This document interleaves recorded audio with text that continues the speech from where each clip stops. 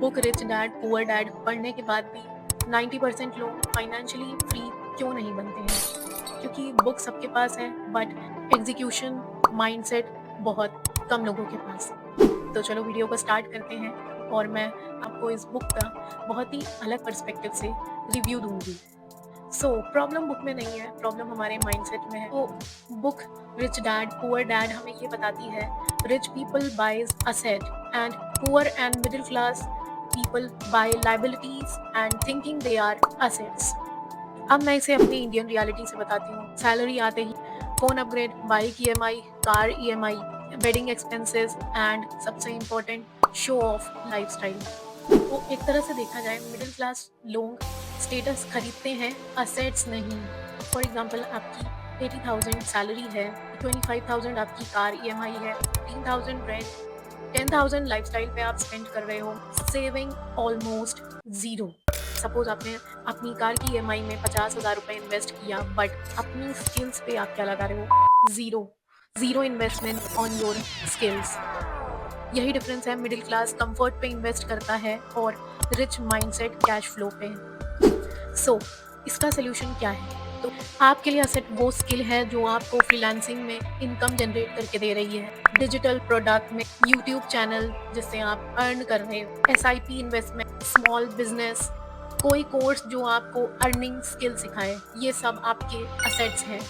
Start small. You can also use your 10,000 in investing mutual funds, SIP, instead of buying 50,000 rupees phone. Invest 10,000 in skill courses and rest you can save it. तो हमारे solution की एक और strategy है, that is skill first strategy, which means car खरीदने से पहले, expensive lifestyle बनाने से पहले और शो ऑफ करने से पहले invest in your good communication skills, digital skill, improve your sales skill, learn new skills like editing, AI skill, because your skill is equals to lifetime asset.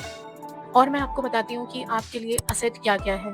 तो चलो मैं आपको एक बहुत अच्छे एग्जाम्पल के साथ बताती हूँ।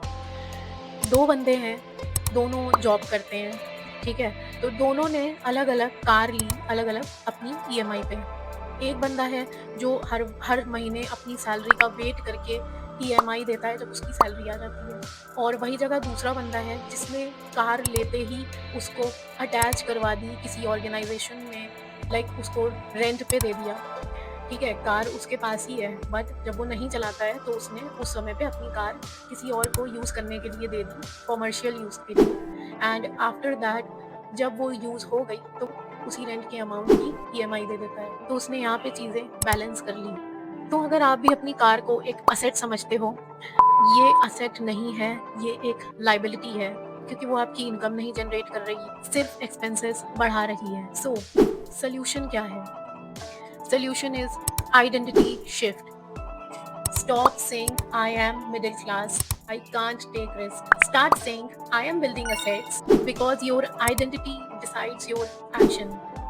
और मैं इसको एक और सिंपल एग्जांपल में ब्रेक डाउन करती हूँ। पर्सन ए है जिसकी सैलरी से वो ईएमआई पे करता है, कोई एसेट नहीं है उसके पास, 10 साल तक उसका लेवल सेम ही रहेगा। देन पर्सन बी है जिसकी सैलरी है बट वो स्किल में भी इन्वेस्ट करता है, टाइम निकालता है, असेट ग्रोथ करता है, तो उसके लिए फाइनेंशियल फ्रीडम की पूरी चांसेस हैं। तो अब ये पर्सन ए और पर्सन बी में डिफरेंस क्या है? Mindset plus action. अच्छा, अब ये क्वेश्चन आता है कि बुक नॉलेज कब काम करेगी? तो बुक नॉलेज जब काम करेगी जब आप रिस्क लेना स्टार्ट करोगे, बिकॉज सेफ सैलरी माइंडसेट से फाइनेंशियल फ्रीडम पॉसिबल नहीं है। So in the last I would only like to say that rich dad poor dad book सिर्फ तब काम करेगी जब आप फाइनेंशियली अनकंफर्टेबल डिसीजन लोगे लाइफ में।